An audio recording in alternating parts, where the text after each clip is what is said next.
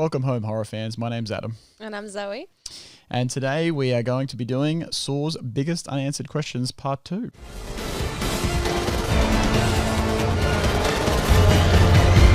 It looks like you guys really loved us talking about some of the biggest unanswered questions in the Saw franchise. And look, there are a lot. So there are a lot.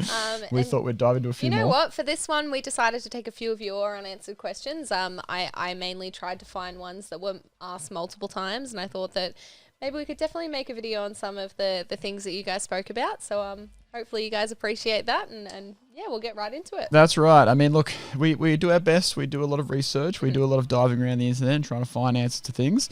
In our first video, we covered over some very hot topics. So if you haven't seen that video, definitely check out that one.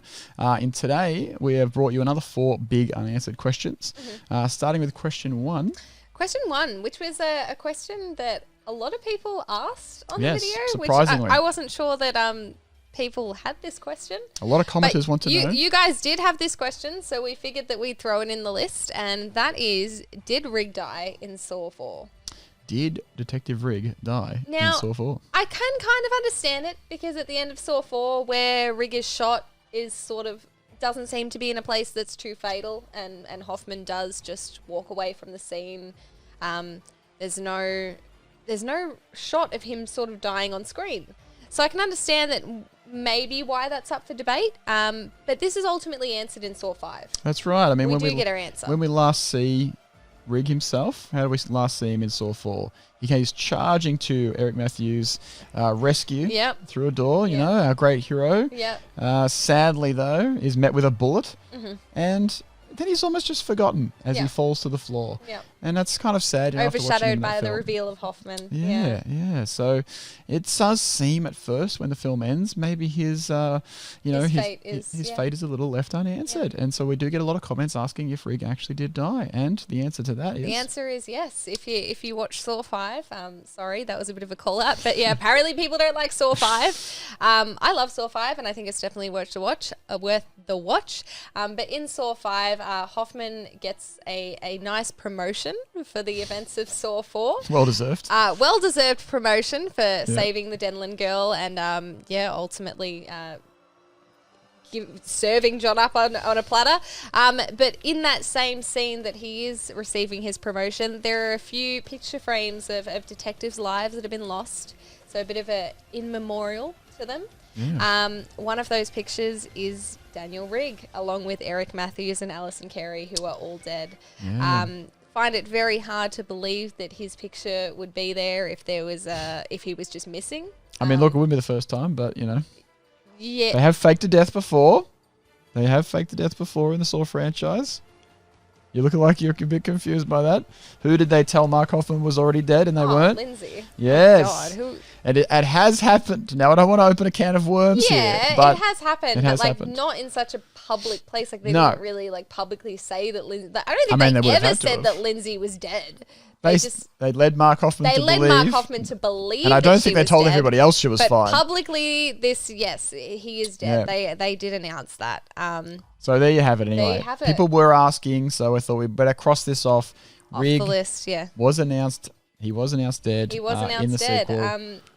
Very strange because, again, I can see the wound didn't seem fatal, but no, he is definitely dead. And that's the thing. He could have survived. He could have actually survived, that quite easily, I think. But, of course, we moved on. We got a whole new storyline, and he was confirmed dead in Saw 5. Yes. So... Nothing they can't go back and change. That's right. It's the Saw franchise. But, but as we now know it, he is dead. That's right. That's right. So neatly tied off that one in a bow, I think. Moving on to our next unanswered question. Next unanswered question. A big one, I believe. This one, a lot of people do ask this one a lot. This is, what happened to Dr. Gordon's family? Yeah. Interesting. This is a great question. It is a great question. It's very fun to theorize about. I've seen many theories maybe saying that... I saw a crazy one saying that Diana could be one of the pigs in Saw 3D. Yes. And I was just like, whoa, who's coming up with this? Yeah, look, I do like the idea that maybe, someone in his family does sort of get involved somehow. Yeah, I think it's cool. Yeah. I think that if I had to really think about what happened to Dr. Gordon's family, I think that him and his wife got a divorce. You think so? Yeah, they weren't happy. They weren't in a happy place when we saw them in Saw, the first Saw. So yeah. I can see that as that being the most likely thing to happen. I mean, who knows? The events of Saw maybe could have brought them closer together, but I just can't see Dr. Gordon becoming more of a family man, especially when he was kind of working for Jigsaw, kind of loosely. Wasn't that the point of his test a little bit, though? You know, that he's sort of I guess so. But then he was working for Jigsaw for multiple events throughout the film. So if he was doing that, he's not at home with his wife and kid, and it's shown that he is very much still a doctor. Like Jill drops off that parcel to him in the hospital. So he's still a doctor. He's still probably working ridiculous hours, and all I can see is that him and his wife are no longer together. I'd like to know that if he still sees Diana. Yeah, I think the thing is that obviously the family was a big part of his story in number one, and the fact that he survives, number one, you would like to see him reunited with his family. You'd like to know what they're up to and they're okay and all that sort of stuff. So it makes sense that a lot of people ask the question, no, are the family okay? Where are they? What are they up to? And I think it's something that could be touched on later. But in terms of all our research and all our digging and diving, we couldn't find any more information about the family. There's no information about it, unfortunately. At least at this current stage. No, that's right. It's sad. We did look our hardest on this one because a lot of people are asking, and a lot of people do theorize that possibly one of the family members will turn up in part of the storyline, or would like to at least bring them up in the storyline. I can imagine that being the case. I can imagine his daughter making an appearance in some. But then again, twist. if Cary Elwes doesn't come back to Saw, I don't know how they're going to involve his family. Well, if they unveil that a character is actually Dr. Gordon's daughter all these years later, somehow in the storyline, that would be a cool storyline. You know, they could have done it in Jigsaw or something, 10 years later. We find out that one of the characters is actually Gordon. I personally think that bringing back Dr. Gordon's family without Dr. Gordon being a part of the series anymore is just crap. You don't like it? No, I think it's really bad. I think that would be trying to dig up something that doesn't need to be dug up and just John Kramer's trying body. To pull on a dead horse, you know? I just don't see that being the case. I don't know. I think they could pull it off. It'd be interesting. But it is a question, unfortunately, that we actually came up not with much. Not with much. Unfortunately. No. It's only something that we can speculate. Yeah, that's right. Outside of Saw 1, we never hear of the family again. Yeah. And it's interesting because obviously we do see flashbacks of Gordon now being apprentice and helping John Kramer over the years and all that sort of stuff. So there's plenty more of him going forward in the franchise. But we can only theorize that if he becomes an apprentice, and what does that mean for his family? Yeah. And did he really learn much from his trap if that's what he's doing now instead of really spending time with his family? Yeah. So it does ask a lot of questions. But it is a question that came up a lot, so we thought we'd address it. We look forward to hopefully maybe hearing more in the future. But for now, we're going to leave this one as unresolved. Unresolved. So moving along to question number 3. Next up, we have, where is Daniel Matthews? Where is Daniel Matthews? Who knows? This is another popular question. Very popular question between a lot of people. Apparently, people love Daniel Matthews. People like that. I like Daniel Matthews a lot.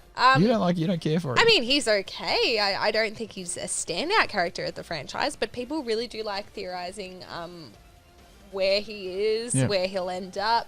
Is he going to come back? Will he be an apprentice? Will he avenge his father? It's very interesting. And I think that unlike Dr. Gordon's family potentially being a part of, a deeper plot, I do like the idea of Daniel Matthews coming back and having this bigger role than Dr. Gordon's family. I think that it definitely makes more sense. He's a bigger character. He is a bigger character, and he has something, I suppose, to fight for, the death of his father. Yes. And, being, in a very crappy position for most of Saw 2. His father had a very mind-blowing end. Yes, you could say that. Yeah, it was one of the most mind-blowing kills of all the franchise, really. It was great. It was sad to see old Eric Matthews on ice for 6 months. But effectively... On ice for 6 months? It's enough puns. But Daniel Matthews is a great character. I think that the actor played the role really well. And he didn't seem to annoy. And, a lot of kid actors or a lot of sort of, let's say, younger sort of characters are often annoying in horror films, and he wasn't annoying. He wasn't annoying. In Saw 2, he was quite enjoyable. His role was pretty prominent in that movie. He was found safe in a safe. And yeah, I think potentially they could have him come back in like a trap plot in the future and have him a reason that he's being tested again, I guess. But then again, I suppose that wouldn't make too much sense, especially if we're still going off John's work, because John doesn't know him now. John's dead. But then again, that wouldn't work either, because Hoffman does say in Saw 3D that John's work is nearly over. So, yeah. Look, they could do a lot with this. Mm-hmm. I mean, obviously, going back to the actual question here, we're talking about where is Daniel Matthews? Unfortunately, again, we have not come up with a lot. This is actually a great question. It'd be good to see him come back as an apprentice or absolutely. So we theorise that, obviously he could come back as an apprentice. Most of these questions we can't answer, let's be honest. It is one of Saw's biggest unanswered questions. Yeah. But in terms of the actual question itself, we unfortunately didn't come up with a lot. No. In terms of the actual scripts and going forward after Saw 2, Daniel Matthews wasn't mentioned again. No. If you want to actually look at sort of the bigger picture, Eric Matthews was not really intended to be much of a character after Saw 2. The actual actor himself, Mr. Wahlberg, actually didn't really want to be part of the franchise much anymore. And I think that if he had probably shown more interest, we would have seen more of Daniel with him. But after he sort of showed a lot of disinterest and just wanted to get killed off, I think that sort of nailed the idea of seeing more Daniel. But talking about Gordon's family and talking about obviously the Matthews, I think it does open some ideas up for the Saw franchise and the possibility of bringing back one of these family members in a twist, maybe as an apprentice, as some sort of side character. Saw loves to do this. Saw loves to bring these characters back in some way, especially because they've killed so many off. They've got to look for somebody, right? And I think it would be very exciting if we can have Daniel Matthews come back. Daniel Matthews, I can definitely see coming back in the future. If they've got some spots to fill in Saw 11. I could like that. I could get around that. We could. Yeah. And we don't mind what he plays. Yeah. Especially if the original actor is available. Yeah. And maybe it's a few years later down the track or something. Mm-hmm. Who knows? It's very exciting. It's an exciting question. And, we're certainly excited to hear more maybe in the future from Saw on this one. So that's a great question from you guys. You guys talk about it a lot. Hopefully this sort of nails it for now until they actually announce anything more. Mm-hmm. But we do have one last question for you as well. Yeah, one last question. We have, how did Hoffman know to frame Jigsaw for Seth Baxter's death if no murders had taken place before that? That's right. So this is another question that people seem to ask in the comments a number of times. People seem to believe that the framing of Jigsaw or Mark Hoffman's killing of Seth Baxter was done before Jigsaw's kills were a thing, or at least known of. So people want to know, how is Hoffman actually supposed to be framing Jigsaw for these kills? They didn't even begin at this point. So the timeline is very hazy when it comes to Saw. Yeah. Very hazy. But we do see some clear information about the timeline and how it fits in with Jigsaw's kills. Yeah, absolutely. This is one that I can get around with the commenters as well, because it's very hard to put it together. It's very hard. There is research that needs to be done, but there is I suppose a second of a report that you see in Saw 5 when Storm's trying to figure out Hoffman's involvement with the whole Jigsaw murders.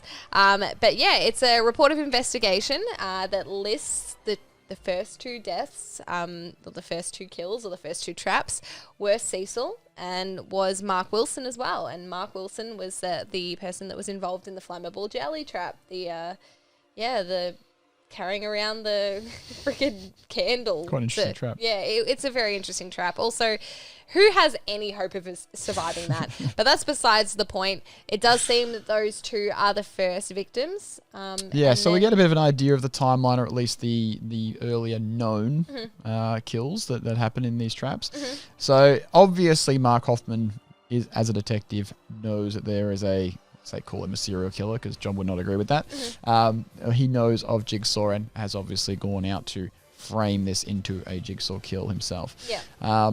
A lot of people seem confused with the timeline. It is definitely after John Kramer makes a few of his traps and Hoffman decides to take it upon himself to create his own. So if you are wondering, about the timeline, we very clearly see in this evidence that it is well and truly after some of these victims have been found. And obviously there are some traps that were not found as well. Yeah, so we have the barn game, which is not found till very, very, very later on in the franchise. We're talking like 10 or so years after. Yeah, a long time after. A very, very long time after, but that obviously did happen at the same time as well. But there is a continuity error that I've just thought of. Yep. Billy the puppet is shown in Seth Baxter's trial. Yep. But if we're going off Mark Wilson and Cecil, Billy the puppet has not been shown in both of those. This is interesting your point, because if you go off this piece of evidence that shows the report of the list of kills, is this a perfect report that shows every single one? So this is tough because it could not show everyone. There could be stuff that's undiscovered. But based on the report and how it is titled, it does seem to be every victim known to date of Jigsaw. Yeah. It definitely does seem like it's current for that movie, but the continuity error is the fact that Billy is obviously used in Seth Baxter's murder, which takes place after Mark Wilson and Cecil. I only asked that because would then there be the reverse bear trap, which obviously Billy is sort of a part of in a sense? No, because that happens after. Amanda is not tested till after. Yes, when you think about how Hoffman is brought into it and all that sort of stuff. Yes, Amanda is tested after. Yes, very true. But the only thing that I can come up with in this instance is if Cecil is found before Seth Baxter is, could they have potentially found the puppet there as well? Because obviously John was making these puppets. Could it have been in the warehouse? Could they have found that? And then could have Hoffman potentially thought to use it in the video just to throw it out there to be like, this really is the Jigsaw killer. You've got the puppet there that we found in the warehouse where Cecil's body was found. But again, this is tough as well, because if this is the case, then John stole that idea from Hoffman and decided to use it multiple times throughout, all of his tests. This is a good point. So it is a continuity error. I feel like you can answer it, but it's all up to speculation. But in terms of Hoffman copycatting Jigsaw, there are 2 deaths that we know that Hoffman knew about before. That's right. Apparently the first found one being Cecil. And the second one being Mark Wilson. And, if it is true that those are the only 2 known, then I think you might be right. I think that Hoffman may have ended up using a Billy puppet that the cops may not have found just yet. Possibly. Or even if they did find it, potentially when they found Cecil's body. I guess it kind of depends where they found Cecil's body. We don't have the information on this. But if John did just leave him there in that warehouse, which I don't think he did, because you see later on that Jill comes and visits him in the warehouse and asks where Cecil is, and I highly doubt John would still be working in the warehouse if the police had discovered Cecil's body there. But potentially Hoffman saw all the Billy puppets that John had created and thought, how can I make it really look like this is the Jigsaw killer? What have you known about the voice of Billy? Yeah, well, that's the thing. No. There's just no... Have you just cracked another continuity error? Has Hoffman invented Billy the puppet? Was he the first to use it? Yeah, well, it seems that way. Very interesting. If anybody can explain that in the comments, the fact that obviously that's another thing that we're gonna have to bloody research, because I was just thinking, I was putting it together, I was like, wait a minute, because Billy definitely did not appear in Cecil's trial, because obviously John was explaining that to him face to face, and then Mark's trial was explained to him on the tape recorder. There was no Billy involved. I think you might have that one. Interesting. Like I said, if anybody can explain it, we'd love to hear it. I think this is throwing another can of worms. Billy puppet aside, yes, Mark Wilson and Cecil did die first, and that gives Hoffman reason to frame Jigsaw. That's right. And of course, so question answered. Didn't take very long after the fact for John, of course, to take Mark under his wing and ordain him as an actual apprentice. Mark, the next death after Seth Baxter, another little tidbit for you, the next death after Seth Baxter was Paul, which is the first instant that Mark was involved in as an apprentice. It was the first kidnapping, it was the first trap, it was the first test that Mark was involved in. So he was involved very, very early on. and then actually joined the case on the first kidnapping and test that he was involved in as well. So he did weasel his way in. Yeah, we love the showing of them sort of going back in the timeline and adding Mark into helping with the barbed wire trap and all that sort of stuff is really, really cool. Yeah. So yeah, there you have it, guys. Another big 4 unanswered questions that we brought for you. If you have any more, definitely feel free to add them to the comments. We actually really enjoy researching the questions and finding out as much as we can. There's obviously a lot of back and forth for theories without any solid evidence for a couple of things, but it's a lot of fun to theorize about them. But also, if we can find any nuggets of gold and like little pieces of information which could be hidden in deleted scenes and stuff like that, we're really enjoying it too. So absolutely, if you know of any questions, please let us know. I hope your brain's not exploding right now, because my brain is. Just keep thinking a bit more and more things, and I'm like, well, wait a minute, that doesn't make sense. I think that the producers are relying on making it more and more convoluted, so we can't that ask we don't too many think questions. about it too much. Yeah, you can't nail my it down. brain is about to explode, so I hope your brains are okay. Yeah, but look, it's a lot of fun, and we will happily make a third version if you've got more questions for us. Yeah, so drop them below, and we'll see if we can answer them, or if they really make no sense, and we can just theorize about them. That's fine as well. Absolutely, guys. Otherwise, that's been a great one, and we'll see you in the next one. No worries, guys. See you next time. Game over.